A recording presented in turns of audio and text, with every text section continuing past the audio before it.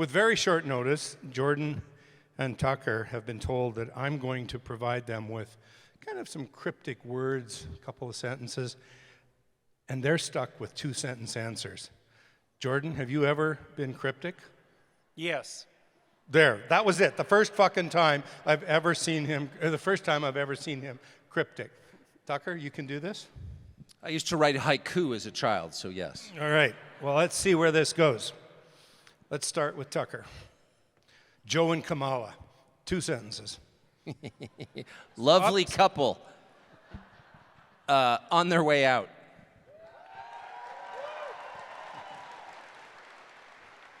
Jordan, Christian, Christia, and Justin. And you can think about this one. A little narcissistic for my liking.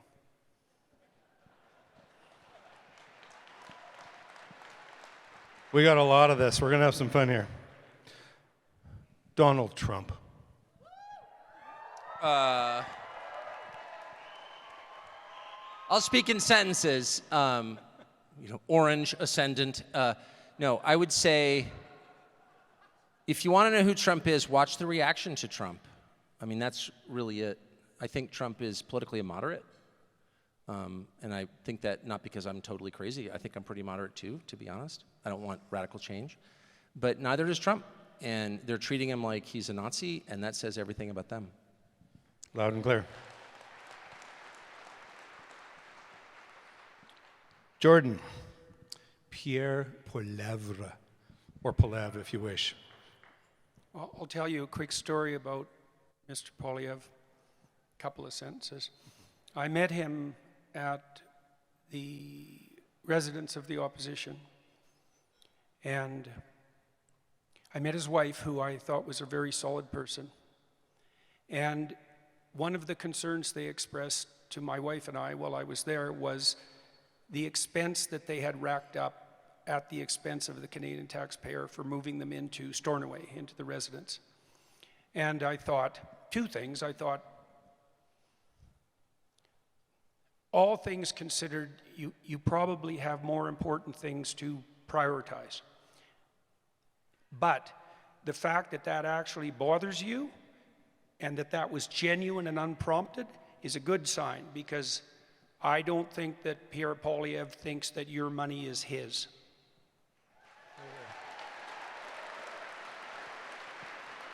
Well, yeah, or that he knows what to do with it more than you do. Right. Tucker, Vivek Ramaswamy. He wants to build a wall between Canada and the U.S. Any thoughts on that? Building a wall between Canada and the U.S. would be the best thing that ever happened in Canada. Not because the U.S. is bad, but because it's too easy for your creative talent and your economic producers to flee when things get bad here. And there should be a wall around Canada. And smart Canadians, if they stayed, and a lot have stayed, of course, but you've lost a lot of great people, and I know them because they live in my country. And I'm in the creative business. My business is filled with Canadians. And I always say, like, why couldn't you do it in Canada? Because it's state media. You know, no creativity allowed, only racist, tranny climate. That's it. And so I think it would be great for Canada. I mean that. We'll try not to make the wall too high. Jordan, the Freedom Convoy. It's been an interesting... Whoa. Sit down. We got some conversation to come. It's been an interesting 24 hours. So you know that the trucker convoy was part, and also part of the leadership of a much broader movement of working class people all across the Western world. You're seeing that more particularly in Europe now. There were some 200,000 German farmers and assorted protesters out over the last couple of weeks. You saw very little coverage of that. The same thing is happening in Spain, it's happening in France, it's happening in Scotland. And part of the reason that it is happening is because working class people, in their implicit wisdom, have decided that they're not the problem that faces the planet, but the solution.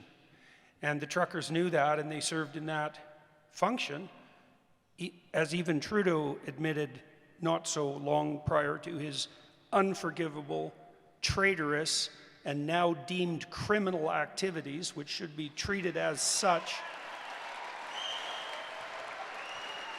Yep.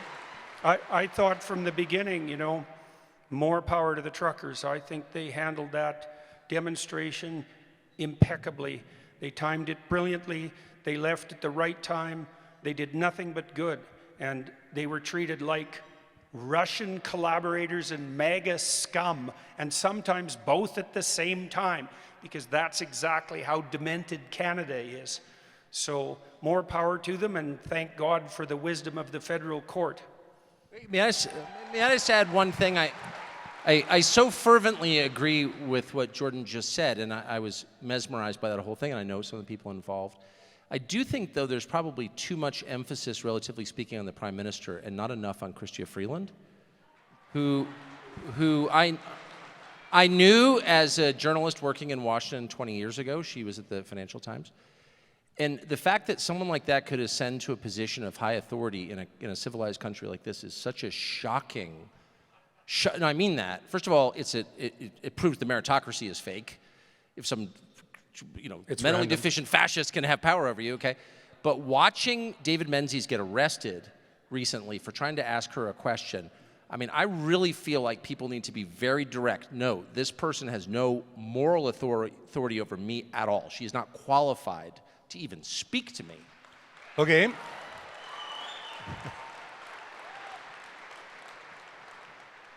Those were extremely long 2 sentences, but let's keep rolling. But heartfelt. Yeah, no, you guys are the right guys. I mean, I never expected you to just follow the. I obeyed follow the line. initially. Yeah, bullshit. Tucker, January 6th. Well, January 6th was fraudulent, and it's taken me 3 years to get the full picture on that. I had that instinct. I'll just say there's nothing I can add to January 6th, which is an enormously complex series of events that still to this day is shrouded in secrecy and deception. And I know a lot about this subject. I'm from Washington. But I would just say one thing really quick. I watched that happen. I was not in Washington when it happened. I saw it on television. One of my children worked in that building, called me and said this was happening. And I instantly knew there was lying. I had no idea where it was coming from. Here's all I would say about it. If something happens in your country or in your life and your gut tells you there's something wrong with the explanation I'm getting, trust your gut. It doesn't mean that you understand what actually happened. I still don't understand what actually happened. It was a setup. I can say that conclusively. Who did it? Hard to know. The left did it, but who? But I knew right away that what they were telling me on NBC News and CNN and all the rest of the liars in my country was false. I could feel it, and I never wavered in my belief that they were lying to me, and now we know for a fact it's been documented that they were. So my advice to you would be, if you feel something is deceptive, you were given these instincts at birth. There's nothing more reliable than your intuition. It's not trying to sell you anything. It's not trying to hurt you. It's trying to save you. So don't ignore it. Thank you.